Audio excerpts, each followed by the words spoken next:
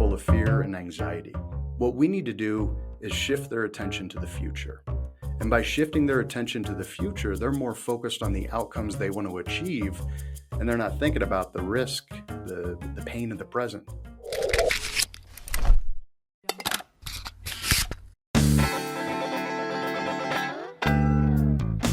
No matter who you are and what you sell or what industry you're in, you're going to face tough times. Whether it's the financial challenges we're facing right now as a country and as mankind, or the global pandemic, or maybe it's just a simple fact that you're going through a rough spill right now as a sales professional where you can't land an appointment. No matter what challenge you're facing, you may have those tough times. And on today's episode, we're going to give you exactly what you need to do to get through those tough times.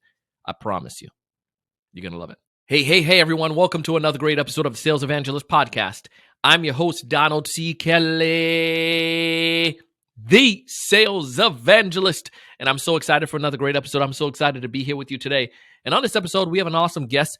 Give a big shout out to my good buddy, Paul Reilly. And Paul, he has an amazing podcast that I really feel that you should be checking out, as well as an amazing book that just launched recently. And we're going to talk about this book. It's all about selling through tough times. He's been able to coach and work with teams and individuals across the globe. And a lot of times the principles that he's teaching are things that, it could benefit you no matter what industry you're selling in. The conversation in particular today are really going to be helping around the mindset and around how you can break through those tough moments. And also we're going to give some strategies, some specific things that you can do to make sure that you're selling and you're actually finding success. It's amazing. Donald, I think you're down there in Florida, right? So it's swimsuit season all the time. So you look like you keep yourself in pretty good shape, all right? Here in the Midwest, I just got to worry about half the year, all right? But yeah. Here's the deal. The CDC, I think they recommend like 30 to 45 minutes a day of exercise. Yeah. All right. What if we spent as much time and energy and effort on our mental health as we did our physical health? My goodness. And that's what the Daily Mental Flex is all about. It's a collection of 6 exercises to help you become mentally stronger. The first one is about gratitude. There have been books written on the importance of expressing gratitude. It lowers stress levels. It makes you happier. So exercise 1 is just reflecting on things that you're grateful for. Journal a half page, all right, about that. That's going to help start the day off on the right foot. Number 2 is about continuous improvement. All right, during tough times, you are going to have a little more time than you usually do. Right? You're maybe not meeting with as many customers and all that.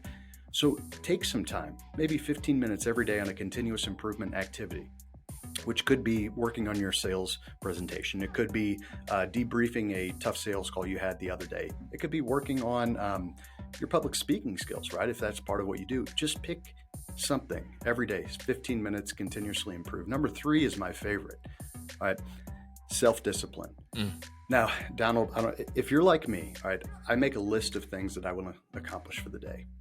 The things I don't feel like doing, I usually put them at the bottom of the list, right? and so self-discipline is about taking that one item you don't feel like doing and then doing it. Knock it off your list first, because every time you do something you don't feel like doing, you become mentally stronger, believe it or not. So doing that every day, it's going to pay dividends. Number 4 is about positive reframing.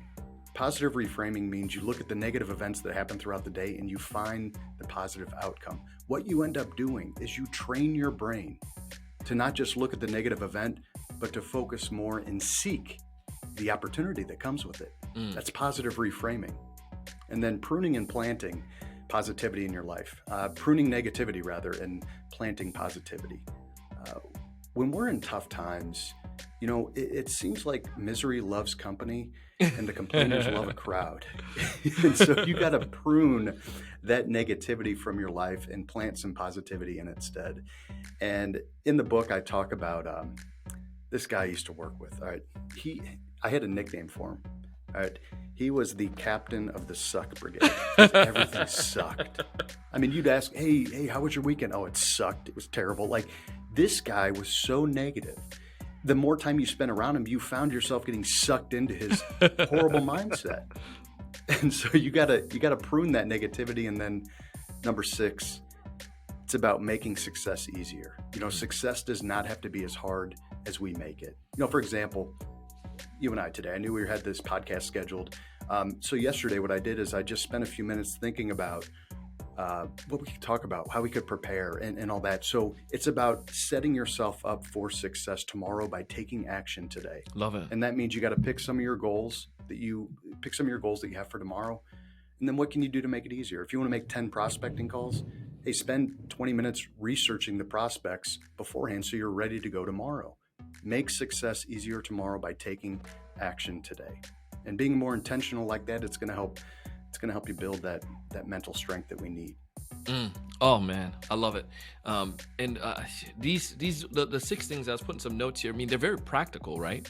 And it's not something like they're not too difficult that not anyone could do this. Whether you're brand new to selling, whether you've been selling for 16 years, or whether you're someone that's leading an organization or a sales team, there's some practical things that you can take and apply, and that can help you go through these experiences.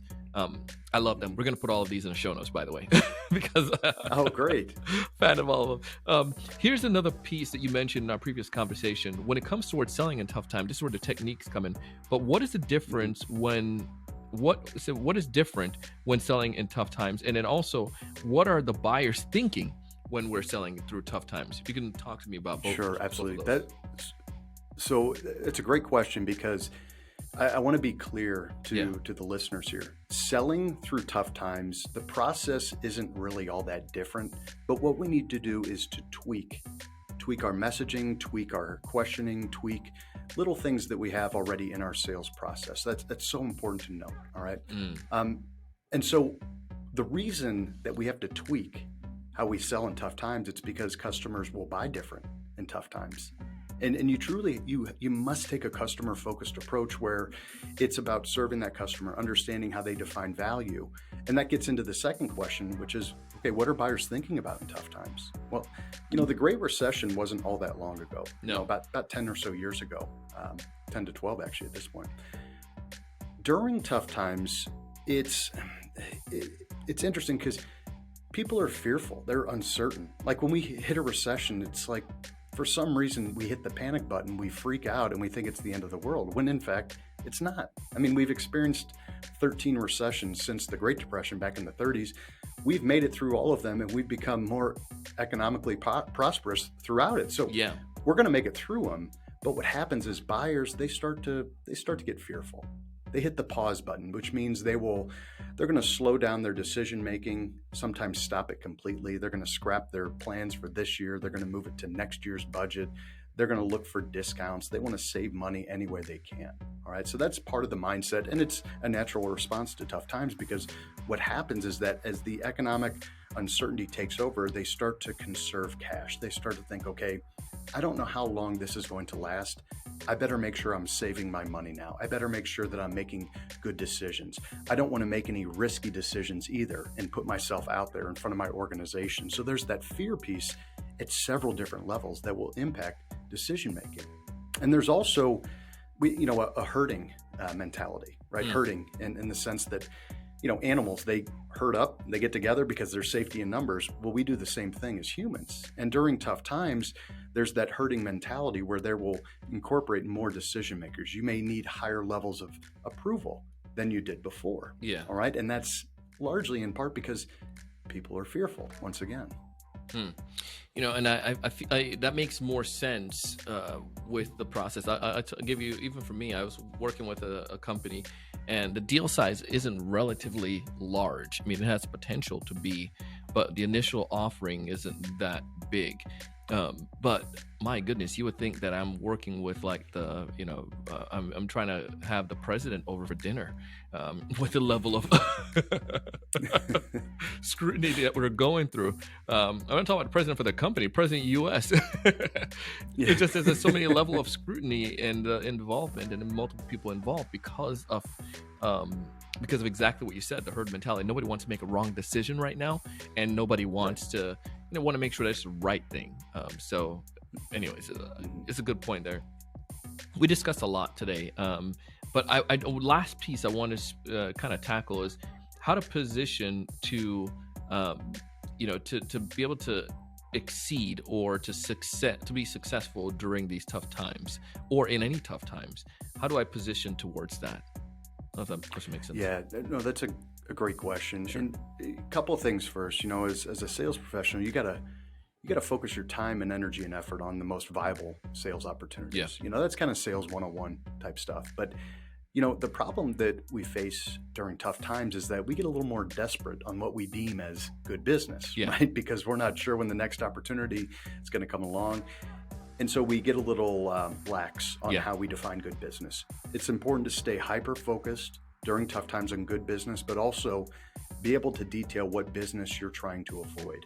And we call that creating a siren profile, right? In Greek mythology, the sirens, they would lure sailors over by singing a beautiful song, and then they would lure those sailors over to the point where they would crash into the shore, everyone would sink, they die. I mean, it was terrible, right? That's what sirens would do. Well, we have siren opportunities in sales as well. Think about it, that call you get, the request for proposal, the RFP, which really means request for price, right?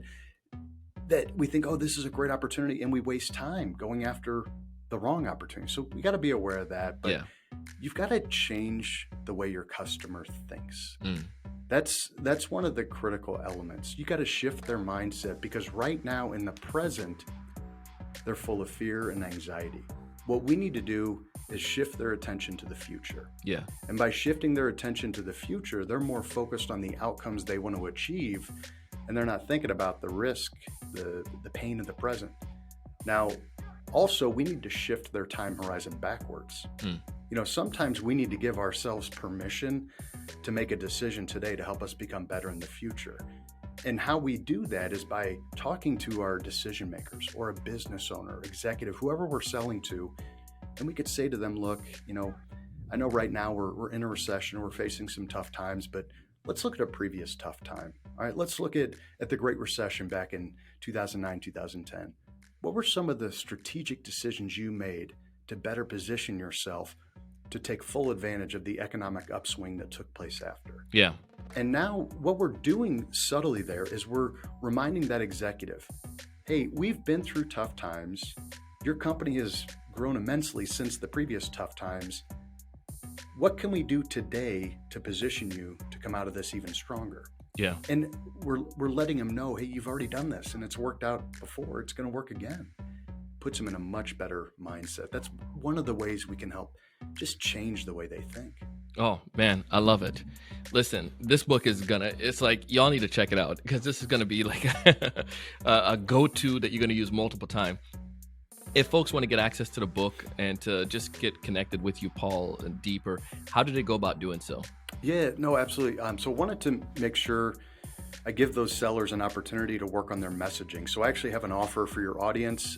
If they want to check out the book website, toughtimer.com, they can go to the actual book tab on the top of the website.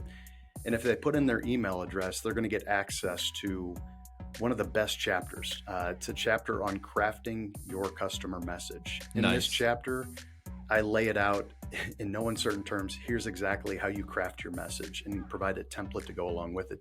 All that is complimentary at toughtimer.com. And then, also I'd love to connect on LinkedIn. So follow me on LinkedIn. That's where I'm sharing most of my content. A lot of sales related content on tough times, good times, whenever, all that on LinkedIn. So please reach out on LinkedIn. Hey, that was Paul Reilly. I want you to go check out his book. You can find more information about it in the show notes. You can also go ahead and connect with him on LinkedIn. I have some links down below so you can get access to that. Listen, when it's all said and done, I want you to be able to have the tools and the equipment, the things that you need so you can be successful in your role as a seller. Because I've been there, and you've been there too, where you go through tough times, you face those difficult moments, and it just feels like there's nothing that can get you out. Like it seems like you just can't break through. But I guarantee you, I want you to know there is a way out, and there's a way that you can be successful. Check it out. Find all the details in the show notes below. As always, we share stuff like this because we want you to be successful. We want you to find more of your ideal customers. We want you to know what to say when you actually connect with them. We want you to close more deals.